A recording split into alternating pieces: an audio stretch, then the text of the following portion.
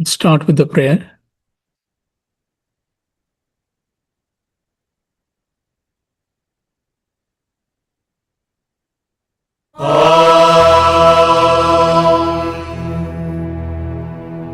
सहना भवतु सहनौ भुनक्तु सह वीर्यङ्करवावहै तेजस्विनावधीतमस्तु मा विद्विषावहै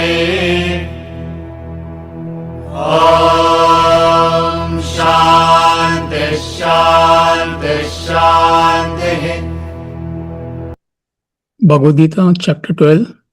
We'll chant verses 10 to 15. अभ्यासेऽप्यसमर्थोऽसि मत्कर्म परमो भव मदर्थमपि कर्माणि कुर्वन् सिद्धिमवाप्स्यसि अथैतदप्यशक्तोऽसि कर्तुम् मद्योगमाश्रितः सर्वकर्मफलत्यागम् ततः कुरु यतात्मवान्. श्रेयो हि ज्ञानमभ्यासात् ज्ञानाध्यानम् विशिष्यते ध्यानात् कर्मफलत्यागः त्यागाच्छान्तिरनन्तरम्. अद्वेष्टा सर्वभूतानां मैत्रः करुण एव च निर्ममो निरहङ्कारः समदुःखसुखक्षमी सन्तुष्टः सततं योगी यतात्मा दृढनिश्चयः. मय्यर्पितमनो बुद्धिः यो मद्भक्तः स मे प्रियः.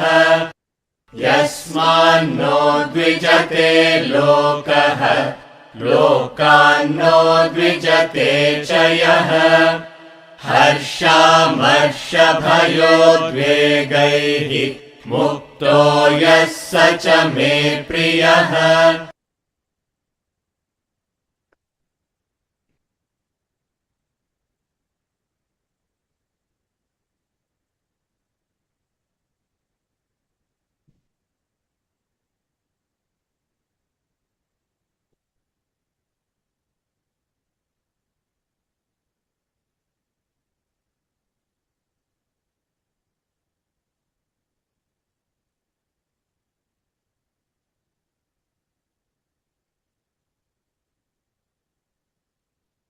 So we are on the 12th chapter of Bhagavad Gita, which is called as Bhakti Yoga, path of devotion.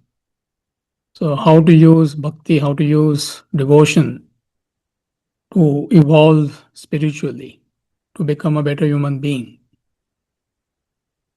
And currently we are on the portion which talks about who is a true devotee of God, who is a spiritual person.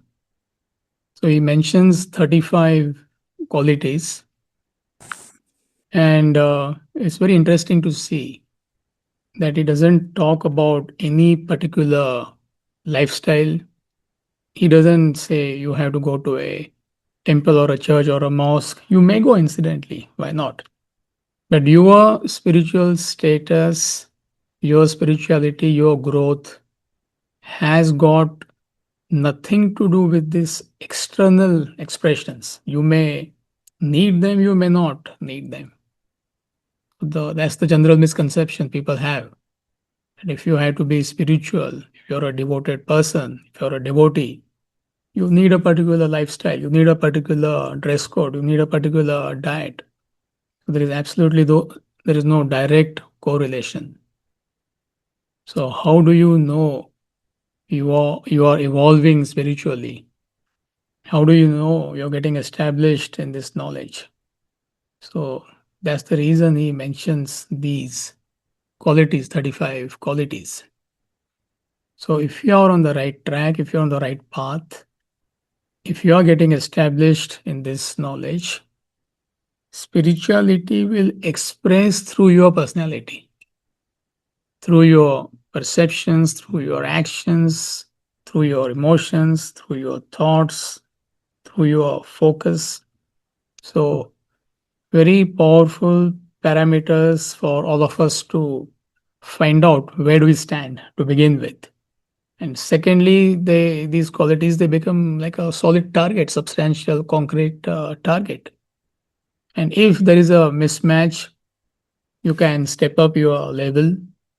You could be established in many of these qualities or some of these qualities, but still that fine tuning is required for all of us, and it's a lifelong exercise.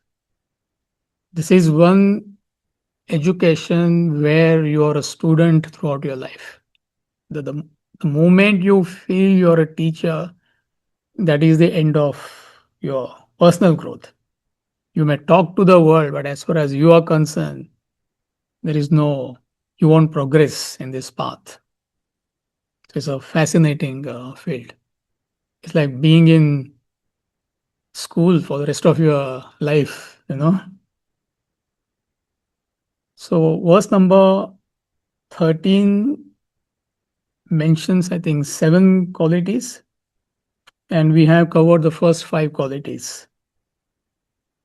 Not hating any being, friendly, compassionate, karuna, that is compassionate, free from attachment, egoism. So last week we concluded with egoism. So important quality. Somebody asked interesting question. I mean, how do I conquer my ego? How does anybody conquer the ego? It's like a catch 22 position. To understand you have an ego, you should not have an ego. The catch 22 position. So then how do you know you have an ego? If you have an ego, you will not know. So therefore, this knowledge is required.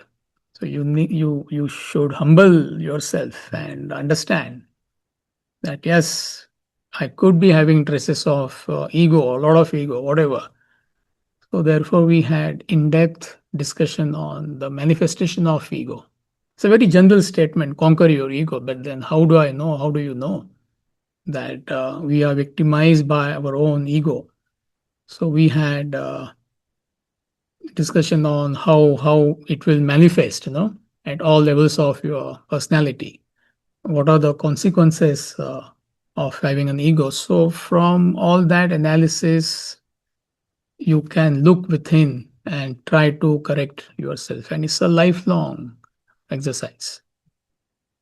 So that was quality number 5. Next quality number 6, is called as sama dukkha sukha, balanced in pleasure and pain. Sama means balanced, even, same, equanimous. So a spiritual person who is established in the path, he is balanced in best and worst of circumstances in life, which is pleasure and pain, joy and sorrow.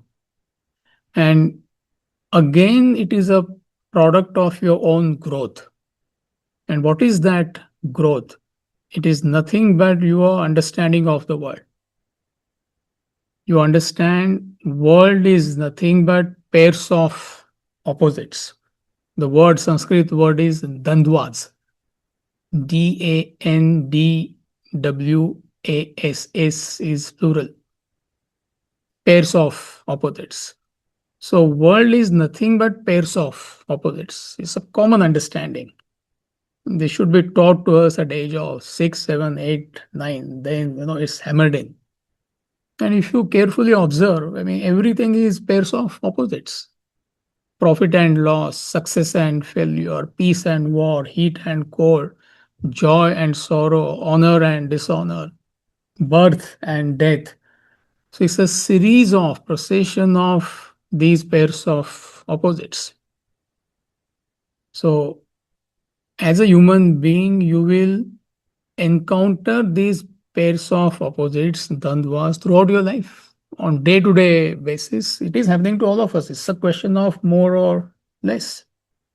So this understanding itself is a way to come out of affectation of when you encounter these pairs of opposites. So therefore you are balanced in both. So that word sama, throughout Bhagavad Gita, he uses that word. Is very interesting. Sama, balanced. You are equanimous. You are same. You are even. So you are balanced when you encounter these pairs of opposites. You're not super excited when you come across something pleasant in life. Yes, you enjoy. Why not? But you're not. You don't lose your head. Also, you're not dejected, you're not super dejected when you come across the other side of life's experiences, like unpleasant experiences, like sorrow. It could be war, it could be whatever, dishonor. So this understanding itself puts you on a higher pedestal, that life is nothing but pairs of opposites, dandvas. And then you need a powerful intellect to control mind's emotions. You may understand this superficially as a concept, but when you come across such opposites, if your intellect is not powerful to control your mind, you will be victimized by the mind. For example, if you come across something like a sorrow in your life, we all face sorrow. It's a question of matter, or it's a question of more or less. So if your intellect is not powerful enough, you will not be able to deal with it. See, it's nothing. It's nothing but the emotion. Sorrow is nothing but the emotion of the mind. And only if you have a powerful intellect, you can manage, you can supervise your mind. Otherwise, you'll be victimized by your own mind. And it will affect your duties, it will affect your obligations in life. Your action will suffer, your productivity will suffer. You can take any example. For example, in a workplace, there is a challenge, or maybe let's say there's a great news that you have, you're a project in charge of, I don't know, maybe $100 million project, It's a great news. But if you get excited about that, oh, yes, yes, I mean, okay, after that, what do you do? You know, so that excitement itself will prevent you from being productive because you will start operating at a level of the mind. Or fine, you get that $100 million project. Your CEO calls you to his cabin. He says, "Congratulations, you have been made project in charge." And within 3-4 weeks, you understand, oh my God, now I know why. Why did he make me in charge? All series of problems. Different horses are pulling carts in a different direction. And how do you manage? You know, so you may get dejected. So either way, you need a powerful intellect to manage your emotions. Or family situation, you can take. If there is something nice happening in the family, it could be wedding, it could be some celebration, or whatever it may be. If your intellect is not powerful, you will not be able to deal even with that excitement. Like wedding is a typical example we give. Good many parents, they don't know what's happening during wedding time. They are so excited. So usually it is friends, well wishers, uncles. No, they have to conduct the wedding. Or it could be somebody near and dear to you is not well, sick, or maybe some problem is going on in the family. You will get dejected because your intellect is not powerful enough to deal with that particular situation. So it's a hallmark of a spiritual person that he or she is balanced in pleasure and pain. And life is nothing but series of these pairs of opposites. And where this quality is more pronounced, I mean, generally we understand. In sports, you can see the manifestation of this in the span of half an hour, 1 hour. Think India, I think right now this IPL is going on. This cricket, IPL is nothing but cricket. Is equivalent of what we have NFL here. So you just go and see the fun. One set of people they go absolutely berserk. If the team is winning, and what if your team loses? The same fans they'll be totally dejected. So now you apply this template in a life, but there we can see it happening in the span of an hour or two. I mean, so what if your team wins? Yes, go celebrate, have whatever you want to have. If your team loses, also is fine. Sports means somebody has to win, somebody has to lose. So similarly in life, sometimes you win, sometimes you lose. I mean, how can you be a winner all the time? That is why they shake hands in sports, lawn tennis or any match, Federer beats whoever is his opponent. And they don't come and, say something to each other. They say, yeah, well played. So that should be our attitude in life. Something is pleasant, yes, why not? Enjoy it. Something unpleasant happens is part and parcel of life. So, two main points. You need to understand that life is nothing but pairs of opposites.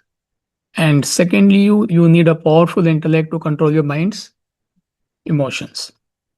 Then only you can be balanced in pleasure and pain.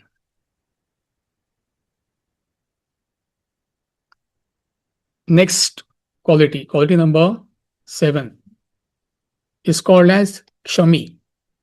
I mean, most Indians, they know this word. Kshami means forgiving. It is a product of your growth, your maturity. Are you established in the higher values of life? So they go hand in hand.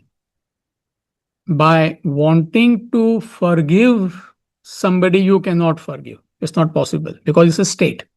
Either you are there or you're not there. It's like you can't tell an angry person, don't be angry. Well, he's angry. So somebody is not forgiving. Opposite of forgiving is what? Being revengeful, being spiteful. I don't know what, you can check the dictionary and you find out the synonyms. So how can you tell a person who is spiteful, who is revengeful, who is vindictive, don't be? Why are you? Why don't you forgive? It could be your own spouse. I mean, you also will be added in that list of, one of his victims. So it's not possible. So therefore, we say forgiving is a state. It's not a practice. It shows your growth. It shows your maturity. It shows your establishment in the higher values of life. Can you have that PowerPoint?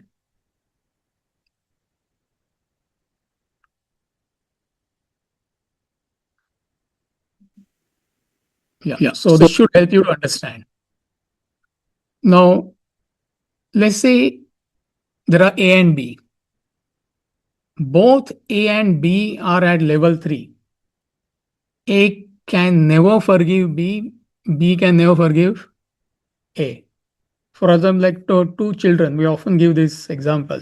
They are fighting over a toy, some teddy bear, old teddy bear, which is stone, and they are fighting over that. And parents, they try to intervene and say, why don't you share? And they had a big fight, and whatever has happened, now say sorry. You can't. Okay, sorry, but it has got no meaning because both are at the same level. But if somebody is at level 2, again we give this example. You are playing with kids, 8, 9, 10-year-old kid, and you're playing chess. I shared this example with you long time back, 20 years back. I was playing chess with one of the class members, and I think he must have been 10 or something, whatever. And I went to the restroom, and when I came back, I could make out that he had manipulated the chessboard. It was quite obvious. He's a kid, 10-year-old kid, and father was telling me, you know, see what he has done. I mean, what is the reaction? What is the react? What will be anybody's reaction? Hmm? Smile. And will you fight with a 10-year-old boy? You are 35, and you pick up a fight with Vedant, who is like 8 or 9 year old. So one person has to be at level 2. If both are at level 3, what forgiveness, right? So similarly, somebody could be at level 2. Somebody could be at level 1, which is the highest level. So such a person, he forgives everybody. Again, it's a state. Now, when we say it is state, what is that state? It is nothing but your knowledge. What is that knowledge? That every human being is functioning on his vasanas. Vasana is your inner nature, unmanifest desires. I am expressing my vasanas, you are expressing your vasanas. All human beings, everybody on planet Earth is expressing his or her vasanas, the seed of your personality, your innate nature. Whatever you are is due to your vasanas. Vasana, vasana, unmanifest desires. And these vasanas, they manifest as thought, desire, and action. See, I repeat, we all are nothing but expression of our own vasanas, our nature, our innate nature, the seed of our personality. And these vasanas, they manifest as thought, desire, and action. So if your vasanas are kind, compassionate, that's your vasana, you're unselfish. Your thoughts will be kind, your desires will be kind, your actions will be kind. If your vasanas are self centered, your thoughts will be self centered, your desires will be self centered, your actions will be self centered. So, this itself gives you that understanding of maturity that every person is helplessly expressing his vasanas. I am doing that, you are doing that. And how can we expect another person not to express his or her vasana? It's absurd. That expectation itself is prima facie absurd. Yes, as a human being, we can change our personality. What are we doing here? But how many people are doing that? So, therefore, when you encounter any negative expression in life, could be anything. The scale could be from small to it could be scary. One man can destroy the whole world. That's what happened in World War One and Two. From that to you and I innocuously fighting with our spouses or whatever, neighbors and all that. So that understanding itself gives you growth, just as you and I understand a child. So therefore, we know how to relate to child. I'm not saying you should not correct a child. You know, I mean, how can you allow some children? They definitely need correction, but then you do that with love, affection, with maturity. So similarly, internally, you have to understand that every human being is helplessly expressing his or her vasana. Vasana will manifest as thought, thought will manifest as desire, desire will manifest as an action. So we come across these expressions in life on day-to-day basis. People commit atrocious acts. It's not worth discussing. Also, people do amazing actions, highly sacrificial, unselfish actions or whatever, noble actions. So therefore, we say forgiveness is a what? State. It's not a practice. And again, there are two references, two quotes we often mention in this class. I think most of you must have heard about it. So the first quote is by Maurice Maeterlinck, and the second quote is by American philosopher Mark Twain. Yeah, it is on the screen. So try to memorize these two quotes. Very inspiring, very useful, very practical. So what is Maurice Maeterlinck is telling us? He was a Belgian philosopher, French guy. Happy and blessed hour, meaning you are happy, you're not mentally agitated. When wickedness stands forth revealed as goodness bereft of its guide. People are basically good, but then why are they doing some negative action? Because they lack higher values in life. Just as the child, some children, they lack proper manners. So therefore, they are doing whatever they are doing. This is how we understand, relate to a child. Similarly, when it comes to all of us, when you see any negative expression of uh, in life, negative expression in life, you understand that that person lacks guidance. So therefore, he or she is doing that. Otherwise, he will be agitated. Therefore, he says, happy and blessed. You are happy. You're internally peaceful. You may relate to that person in a different way. Don't mix these two things. That is where problem comes. Otherwise, you will be a victim of all the atrocities in the world. But internally, you are calm and composed. There is no other way. If you stoop to that person's level, you will stew in your own juice. You will be miserable. You will pay the price. And then Mark Twain, forgiveness is the fragrance, the violet. It's a beautiful flower. We all know that. Releases as the foot crushes it. Even as you crush violet, what do you get is a fragrance. So that fragrance you release when? That's the comparison. When do you release that fragrance? We are equating fragrance to what? Hmm? No. Forgiveness. When do you release that? Hmm? When you are going through that. When and the practical way to explain that is through knowledge. When somebody hurts you or tries to hurt you, that is the time you release that fragrance. How do you release that fragrance? Vasana produces thought, thought produces desire, desire produces action. That's that fragrance you release. You know, it's nothing but that piece of knowledge, understanding that what else can you expect from him or her? Or maybe he or she has slipped into that. I mean, no human being is entirely bad, no human being is entirely good. Everybody is a combination of positive and negative qualities. So, these two definitions, if you study them, you'll understand the concept of what is forgiveness. Another example, again, which we often mention in this class, is that of Kenneth Anderson. So, Kenneth Anderson was an Englishman who was born and brought up in India. Initially, when he was young, he used to shoot animals. Then he became the greatest lover of animals. I think he died maybe like 30, 40 years back. So people used to call him, in fact, the government used to call him, when a particular tiger or a tigress used to become man-eater, so he must have shot some 20, 30 man-eating tigers and panthers in India. We're talking about 40, 50 years back.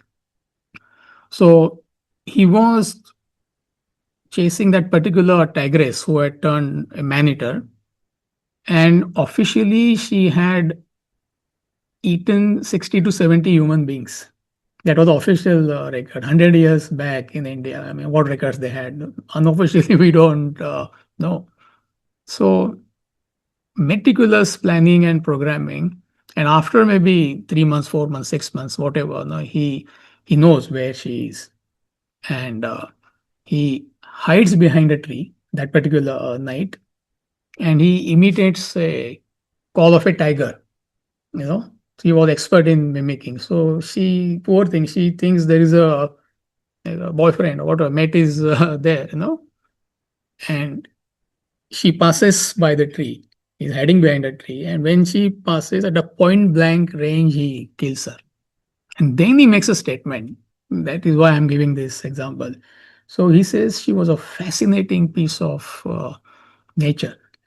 He describes the coat on her, her coat, like the way she walks, like very elegant. He admires her, he appreciates her. And then he says, yet she had to be put down. If he does not kill her, I mean, she would kill another 100 people, you know. So he is releasing that action is like, he has to put her down. There is no other way. But internally, he admires her. You get it. So similarly, you need to deal with people or a situation based on whatever situation demands. But internally, you release that fragrance. And that is possible only when you have knowledge, only when you're established in the higher values. You have to be at a higher level. Therefore, that pyramid. If both are at that level, how is it possible? One tiger can never forgive another tiger. I'm magnifying. So only as a human being, though the actions she has committed are atrocious, not from her point of view. For her is nothing but a snack eating you and me. But it cannot be allowed, So forgiveness is a mental attitude. All these qualities, mental attitude. It's a quality, so it's a state. But action level, how you relate to a particular person or a situation depends on the situation. Otherwise, it will be absurd.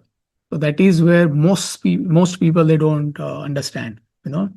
Forgiving, loving. I mean, you try to go and hug your enemy, that will be the last hug of your life, perhaps. So all sorts of absurd statements people make, or you may get into a situation in life where you could be victimized big time.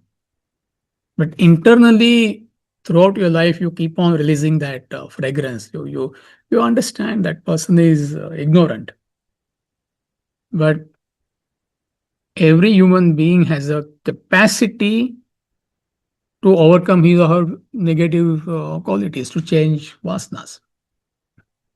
So, bottom line is, if you are not forgiving, the only person who will suffer is who?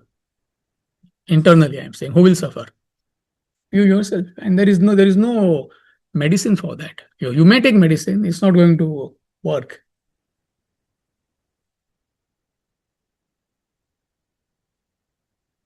That's what the psychologist tells Macbeth, about Lady Macbeth. And she's gone crazy, and she commits suicide. We all know that play, vicious woman. Way Shakespeare describes her is smiling villain. She's dancing in the ball with King Duncan, and same night she murders her. But so stylishly, like royal family, stylishly she is dancing, but internally what? She's like a tigress. So it's law of karma and boomerangs on her, and she goes mad. She just becomes a lunatic, or on the verge of becoming a lunatic. So that doctor comes and there's a discussion with the well-wishers and all that.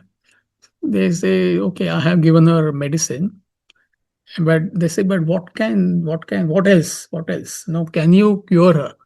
He says, no, that medicine the patient must administer on herself. What a statement, that medicine patient has to administer on herself. So similarly, you may know all these things, but you have to administer this medicine on who? Yourself. Nobody can do that for you. I can't do it for you. You cannot do it for me. So that is where your reflection comes in, But once you understand this, then you know how to relate to the world. So don't mix these two. That is what most people they mix, and then it becomes rather confusing,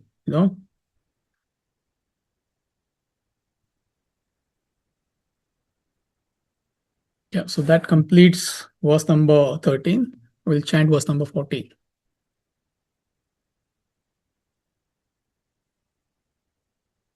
सन्तुष्टः सततं योगी यतात्मा दृढनिश्चयः मय्यर्पितमनो बुद्धिः यो मद्भक्तः स मे प्रियः सन्तुष्टः सततं योगी यतात्मा दृढनिश्चयः मय्यर्पितमनो बुद्धिः यो मद्भक्तः स मे प्रियः.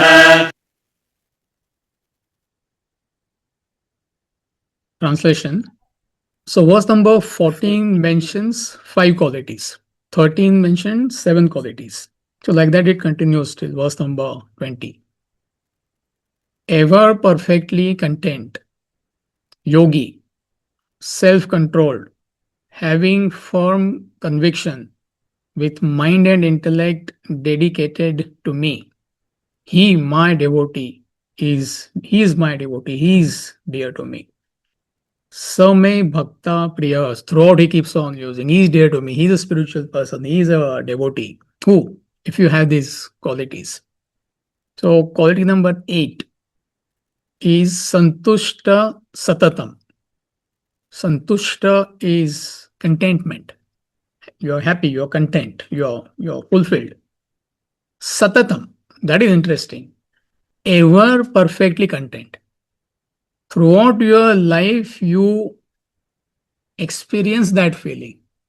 Because if you don't feel content now, when are you going to feel content in life? That's the problem. I'll come back to you. So therefore he says, ever perfectly content. Satatam.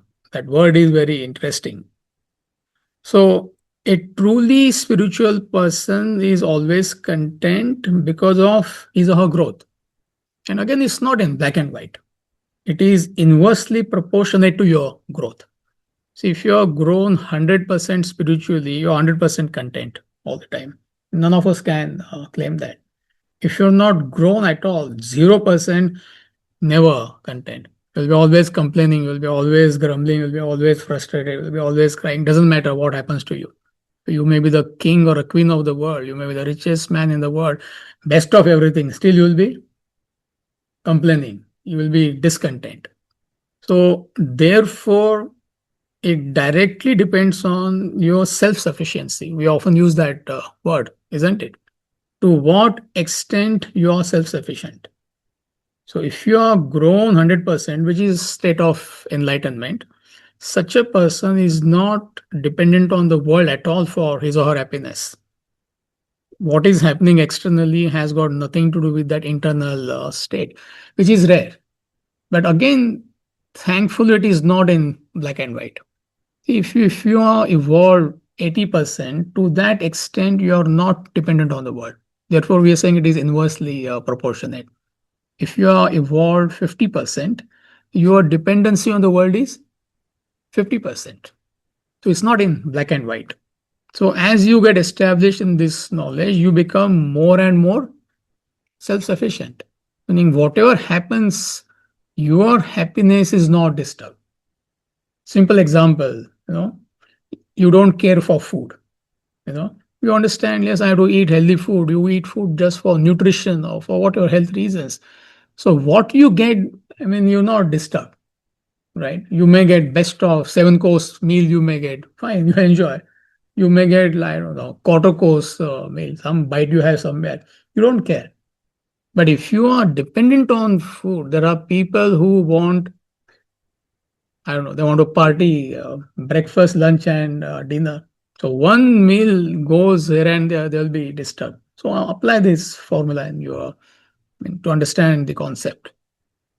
So self-sufficiency again is a powerful parameter to find out where do you stand. So your happiness is not linked to external factors. It is not dependent on what is happening in the world. It's not linked to objects and beings of the world. And also, second point is you understand material and sensual demands, they have no end. But that doesn't mean you don't acquire. How can you not acquire? How can you not contact the world? It's automatic. But again, whatever your efforts earn you, amenities, wealth, all that is included, recognition, all that in your workplace, you are content with that. If you're not content with that, there is no end to acquisition and enjoyment. That's the point here.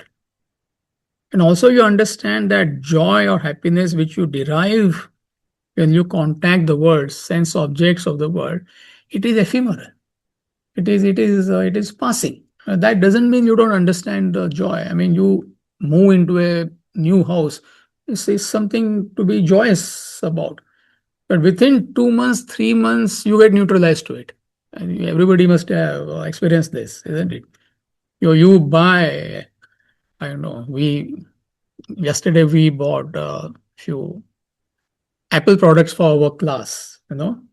And I came here this morning, somebody well wisher he donated. So we all are feeling happy. Maybe next week we all will enjoy a new laptop and all that. Within 2, 3 classes, what? Who cares? So the joy is passing, it is ephemeral.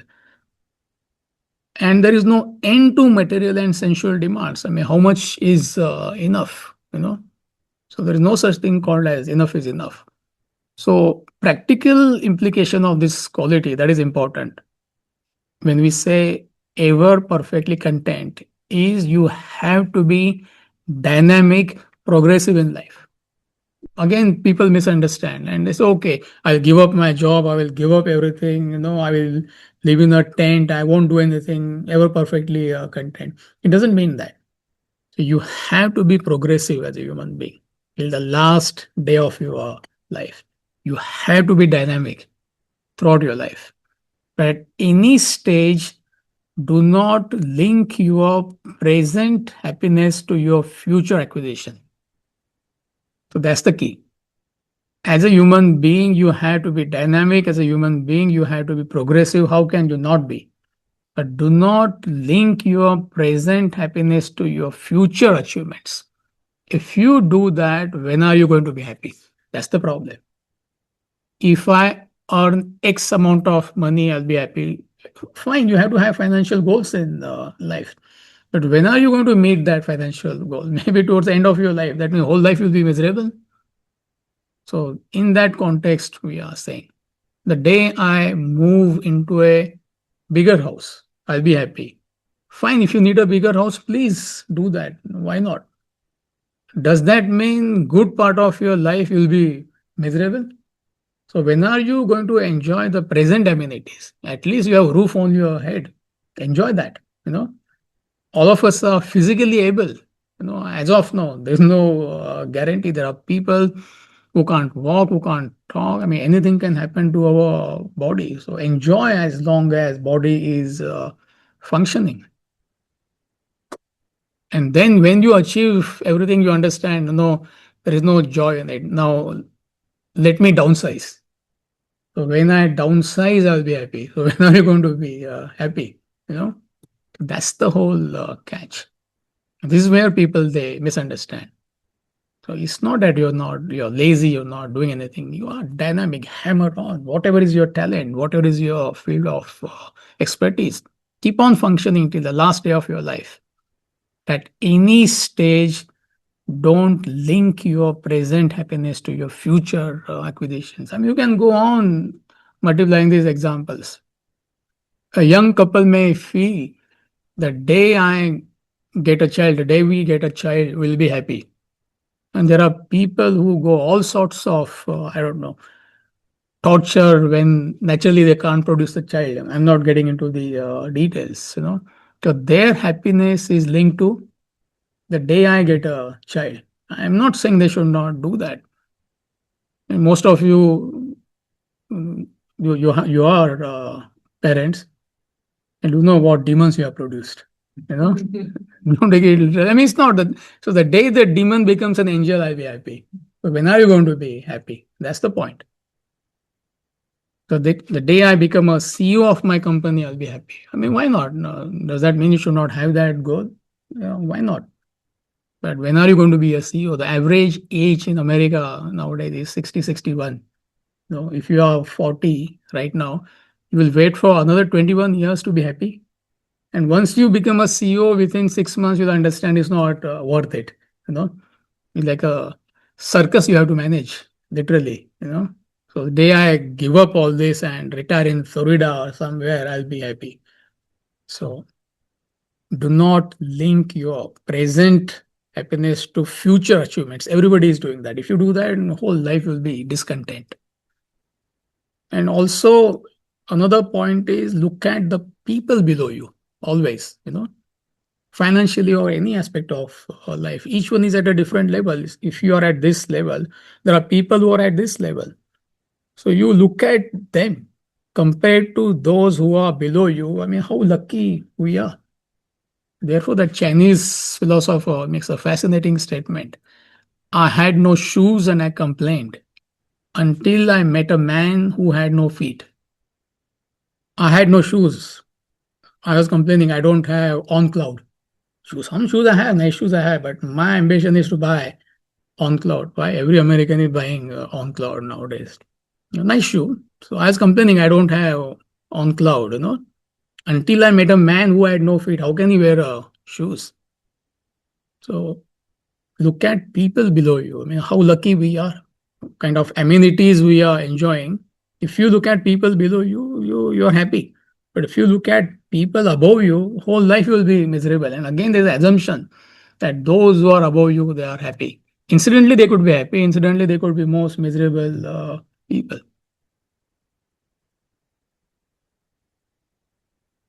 Should you buy a house like Michael Jackson and create a zoo there? I'm not saying you should not. But we know what happened to poor guy, Michael Jackson, nice guy, amazing talent. But what a life, horrible life, especially last 5, 10 years of his life. So what's the use of all the wealth, power, name, fame, recognition in the world if you can't sleep? You may have all that, but or you may not have that. But the moment you hit the pillow, you fall out to sleep. So that's the test Swamiji gives. Personally, I failed that test. Maybe some of you may pass that test. He says the moment you hit the pillow in 20 seconds, you must fall off to sleep. Actually, it's 10 seconds, but it becomes unrealistic for us to understand. The moment you hit the pillow, within 20 seconds, you must fall off to sleep. You may be the king of the world, emperor of the world, and you may fall off to sleep in 20 seconds. There is no direct correlation. So you may be the, I don't know, poorest person in the world and fall off to sleep like this, or you can't sleep. So it has got nothing to do with your external acquisitions or achievements. It's to do with your growth, spiritual growth. Is nothing but self-sufficiency. Therefore, that word I am repeating, satatam, meaning always, meaning now. If you cannot be content now, you cannot be content when? Ever, never. Satatam. Then the next quality, yogi. Yogi meaning one uniting with the self. So that word yoga, most of you must be aware, is derived from the Sanskrit word yuj, means to unite, which is equivalent of religion. Religion is you can is derived from actually two Latin terms, re and ligare. So re means again and ligare means to unite or to join. So religion means to unite again. Yogi means to unite again. Means there is separation. That word again indicates that there is separation. So we all are, excuse me, separated from the divinity, from the self, the God principle in us. That's our original nature, but we are separated. We are separated due to desires. And these desires have been created by us. Nobody injected these desires into us. So therefore, what is the spiritual path? Who is the spiritual person? Who understands that there is a separation, that right now I am not one with divinity. What is preventing me from doing that is my set of desires. So therefore, my life's mission is to purify these desires to begin with and eventually eliminate these desires. So that is where spiritual path comes in. That's what we discussed at the beginning of this chapter, right? So how do you purify? How do you eliminate your desires? Through karma yoga, bhakti yoga, jnana yoga. service, devotion, action. These are the three traditional spiritual practices. So, whoever understands this, that there is a separation and I have to merge back with the reality, is a spiritual person. Otherwise, spirituality, what is spirituality? So called spirituality has got no meaning. You may do anything, doesn't matter. You may be a bhakta, you may go to a place of worship, you may study, whatever ways you want to do it, doesn't matter. But the bottom line is you are doing it for what?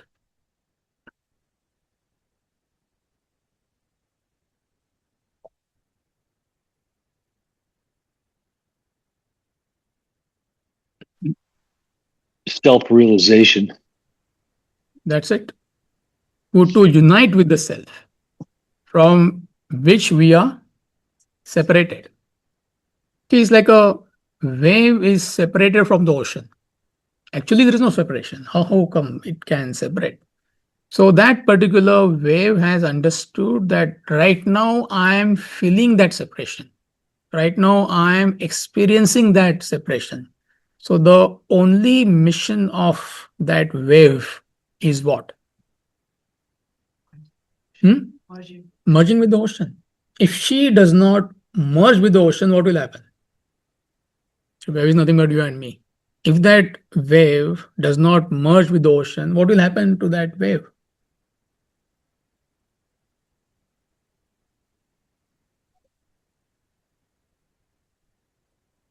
My online friends, It will dry out. it will die out. Okay, that wave is nothing but you and me. So It becomes stuck like in a puddle. mhm. That veil becomes a division instead of unites. Good. Whatever we discussed so far. It'll merge back in, but without. Sorry. It'll merge back in, but kind of like without our cooperation. Yeah. You will be discontent. It doesn't matter what you achieve. You will be vindictive. You will be revengeful. Whatever we discussed just now, opposite of that. Full of mental agitations, worry and anxiety. That's the price we are paying for what? Separation. Not merging with the Ocean. with the ocean, not merging with the divinity. It's a question of more or less. Individuality. Sorry? You want to have your identity like separation. Correct. Right now we have lost our identity. That's the whole point here. That is where that separation, and that separation is nothing but desires. And it has got nothing to do with your external achievements. You may have best of everything, but if you don't have this mission, you cannot be a happy person in life. So once you understand this, then only your spiritual journey starts, not otherwise. And it happens when everything is plus in your life. Otherwise, it can never happen. Any person who suffers, goes through some mental trauma and takes to spiritual path is escapism. It will fade away.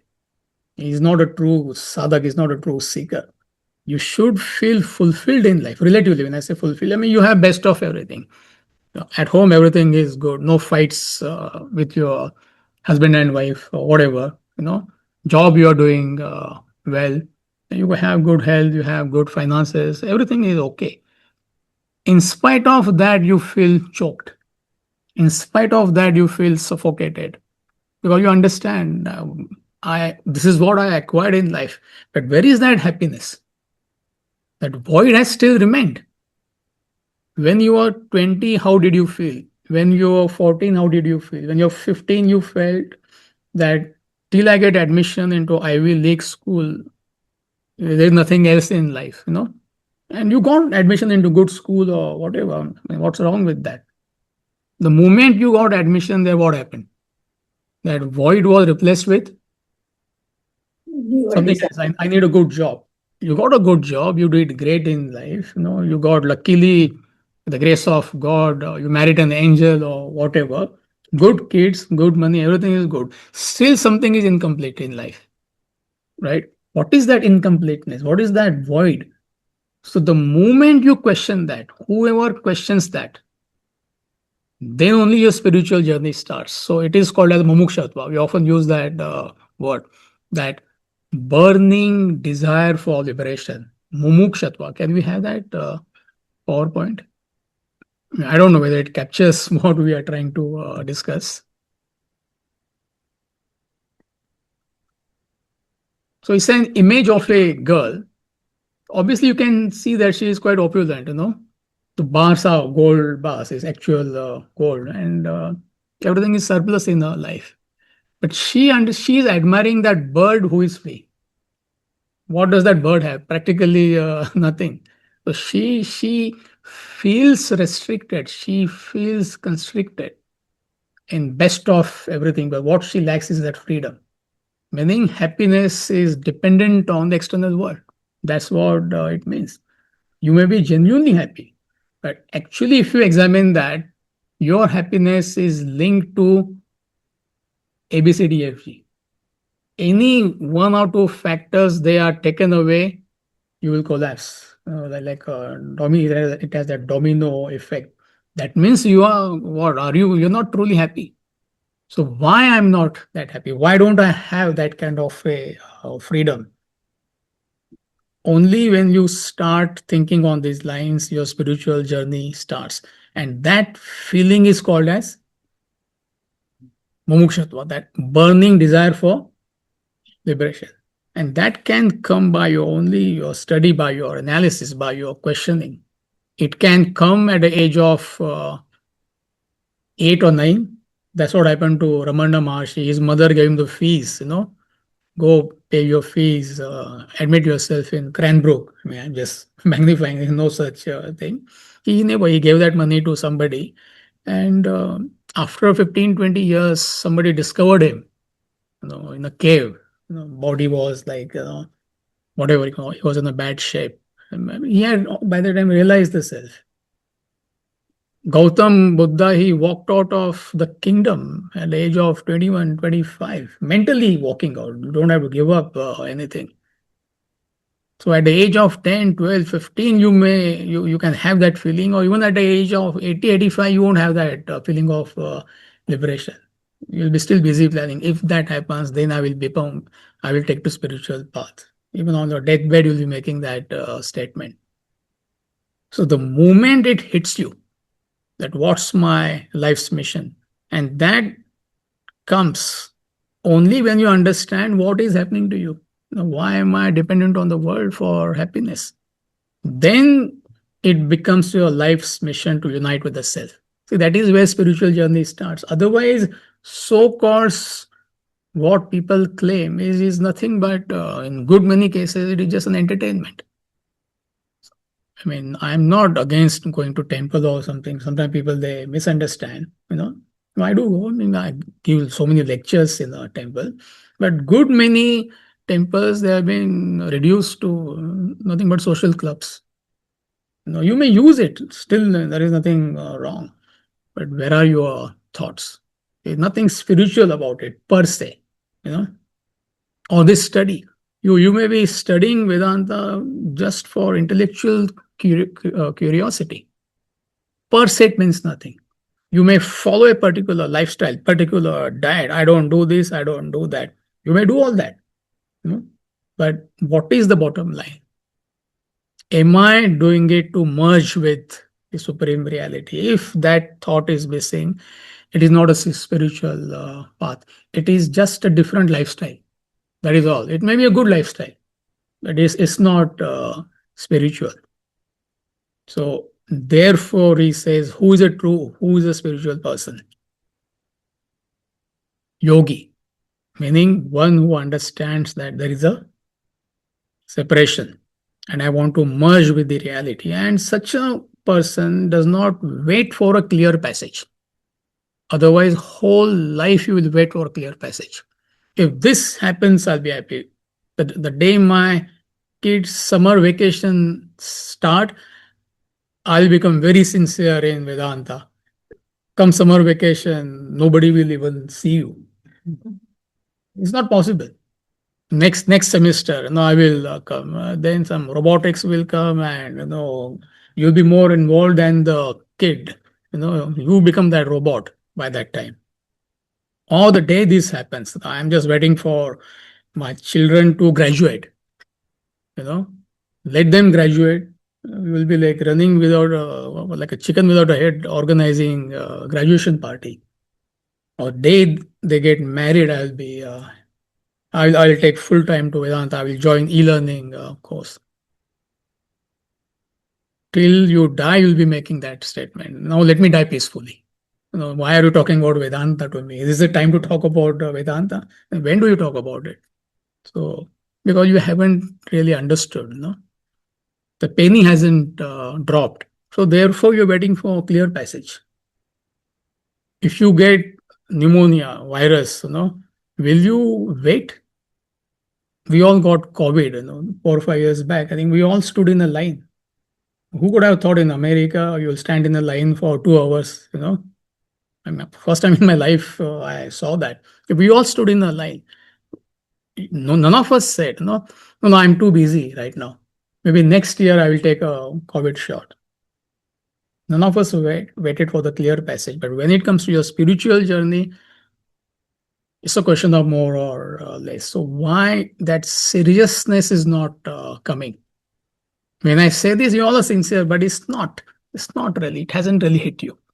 That mumukshatva is not there. You're not feeling choked up. You're not feeling restricted. You're not feeling that discomfort. So till then, it will not start. That it will not start 100%.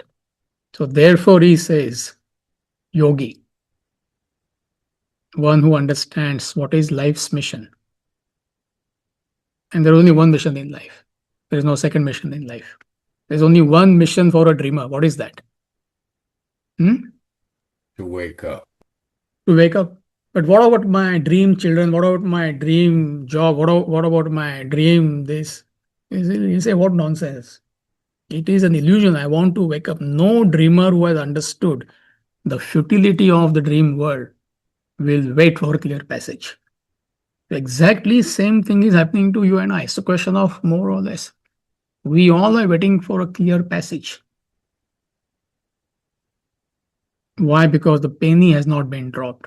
But to some extent, penny has been dropped. You can't say penny is not dropped at all. But it has not gone deep inside that slot machine. When you put that coin, it makes that sound. Then only that pop comes out. So you have put that coin, and where is that coin gone? We don't know. That pop still has not come out into that receptacle where you receive that. So you have to work on that. So, all right, let's conclude for today. And any quick question before we conclude? Based on what we discussed today?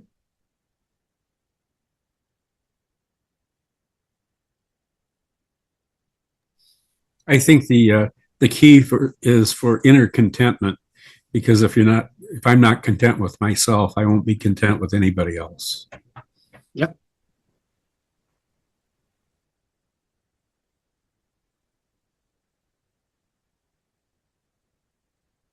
All right. So if no questions, I will see you next week. Thank you. Thanks, Amitji. Thank you. Thank you. Thank you. Thank you. Thank Thank you. you. Thank you. Hari Om.